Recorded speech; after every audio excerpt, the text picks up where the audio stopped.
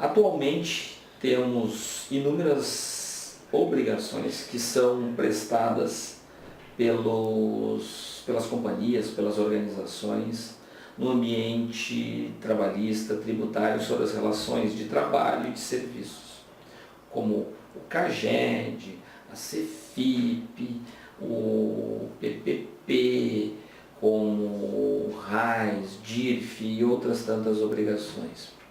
Livro de registro de empregados, entre outras obrigações. Esse é o cenário que consideramos como pré-e-social, aquilo que é o cenário que temos hoje, no ano de 2014, e que no futuro será substituído pelo e-social assim que tivermos este novo ambiente colocado em ambiente de produção, com as suas novas orientações e trabalhando exatamente pela visão de eventos.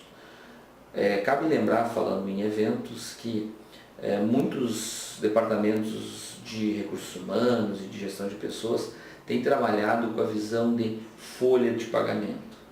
Folha de pagamento no ambiente do e-social trata de um período, então todas as relações de trabalho e de serviços que são realizados ou contratados durante um determinado período compõem a folha naquilo que chamamos do cenário do e-social, diferentemente do que temos hoje, onde se prepara folha de pagamento mensalmente e outras obrigações são preparadas e registradas na contabilidade de forma independente, em que geram outras obrigações, como o caso da DIRF, por exemplo, das retenções.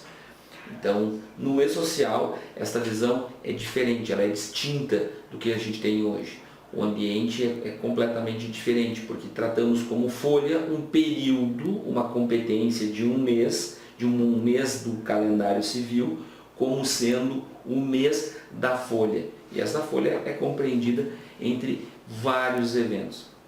Por exemplo, o pagamento de uma nota fiscal de serviço sujeita à retenção das contribuições sociais, de imposto de renda ou ainda do INSS. Essa é a visão que temos hoje, que é bastante distinta do e-social com o que temos hoje. Afinal de contas, a maioria das empresas trabalha, como eu disse, em relação à folha, como se a confecção da folha fosse propriamente o próprio objeto, quando na verdade a folha de pagamento é o resultado dos eventos jurídicos, trabalhistas, fiscais que acontecem durante o período de um mês.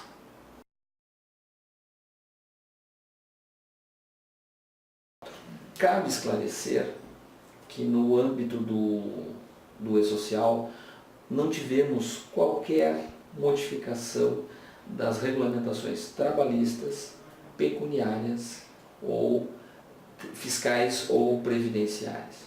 O que significa dizer que nada mudou em relação à legislação que já é bastante antiga, de 1943, no âmbito da CLT, por exemplo, né, em que inúmeras obrigações para o empregador decorrem daquela data já bastante antiga. Mas o que é fato? Nada foi reformulado em função do e-social em termos legais.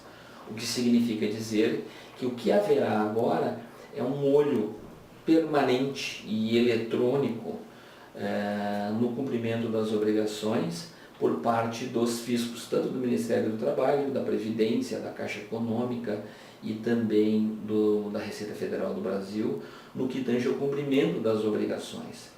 Então, na verdade, não há qualquer modificação legal, mas o compliance, o cumprimento das obrigações, eles se tornam itens muito sensíveis no ambiente do e-social, porque agora haverá uma publicidade, porque os atos poderão ser minuciosamente examinados a partir de um olho eletrônico.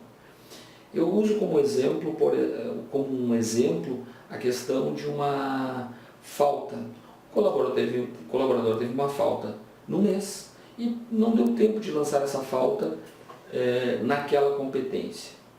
O que normalmente os empregadores fazem? Descontam na competência seguinte. Esta relação, ela hoje é praticada formalmente nas companhias, estabelecendo e divulgando para os seus colaboradores que a frequência é de 16 a 15, de 21 a 20, de 19 a 18 do mês seguinte, enfim, não importa.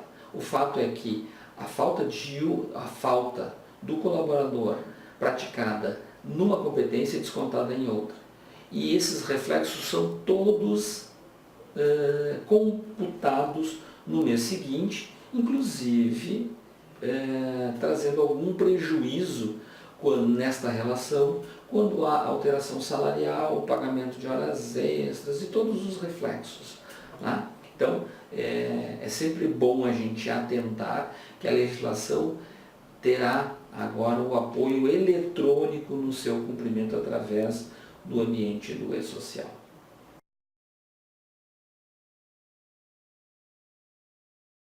Teremos inúmeros impactos com a aplicação do e-social no ambiente das empresas. Aqui, neste momento, não poderia enumerar todos, né?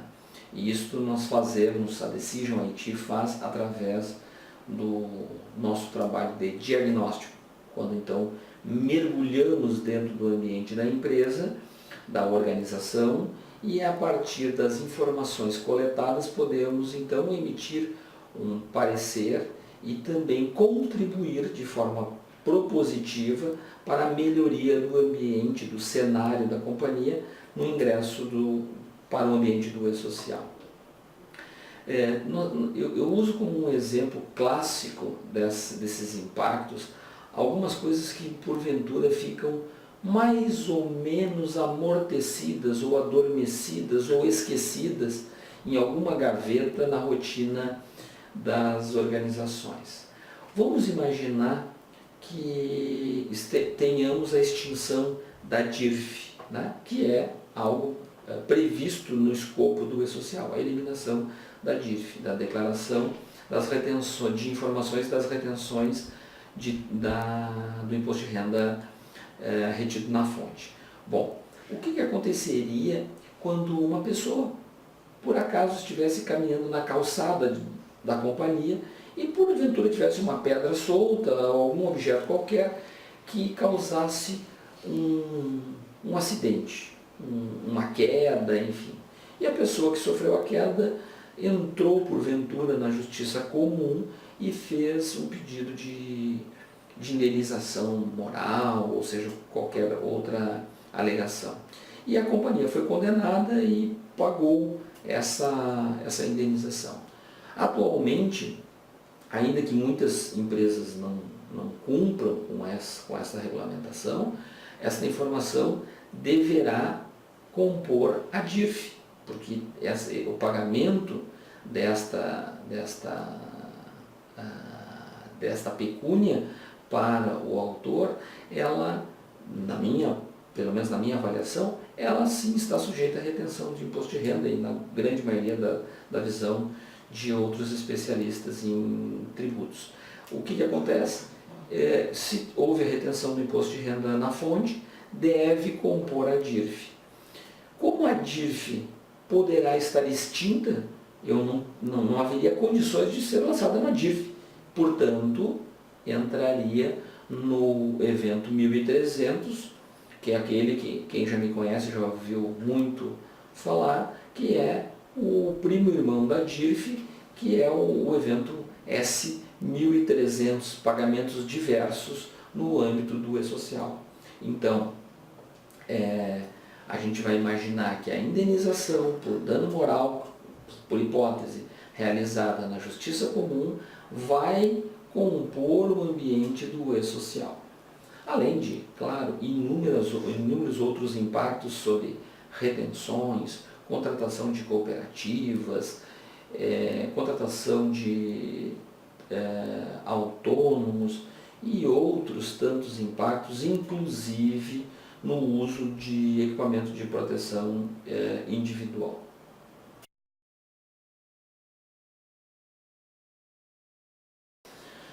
No âmbito do e-social, é preciso a gente pensar primeiramente naquilo que é a cultura da empresa.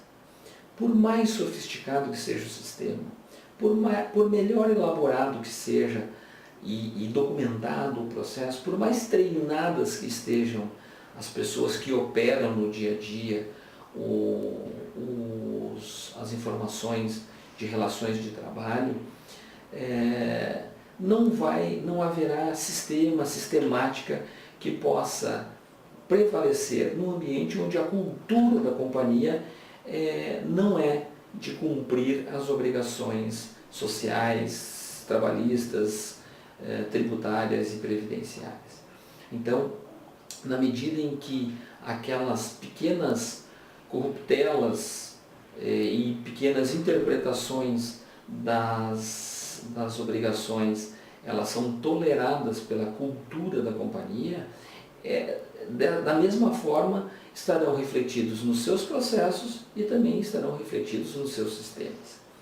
Muitos profissionais, muitas companhias têm imaginado que o principal gargalo está no sistema, quando na verdade a principal mensagem é: primeiro precisamos estabelecer os limites da aplicação do e-social na companhia, ou seja, tratarmos da cultura, o que a empresa permite ou o que a empresa não permite no âmbito das suas relações de trabalho. Estabelecido esses limites, que são a cultura da própria companhia, e isso demanda muito mais tempo de adaptação do que propriamente a adaptação de um sistema. Então, a cultura estando estabelecida, poderemos refletir essa cultura nos processos e, portanto, trabalharmos em cima daquilo que é o desejo, a operacionalização da companhia, refletida a partir da sua cultura. E, por fim, aplicarmos, regulamentarmos e nos apoiarmos em ferramentas, como é o caso do sistema de gestão de pessoas, o sistema de folha de pagamento, o sistema que controla retenções, o sistema que faz a rotina de segurança e medicina do trabalho e assim por diante. É um erro muito comum as empresas começarem pelo fim, começarem pelo sistema, achando que o sistema disciplinará os processos e esses processos formatarão a cultura da empresa. Empresas muito pequenas, talvez isso até pudesse ser realidade, mas no fundo o que ocorre é que em companhias maiores há inúmeros processos que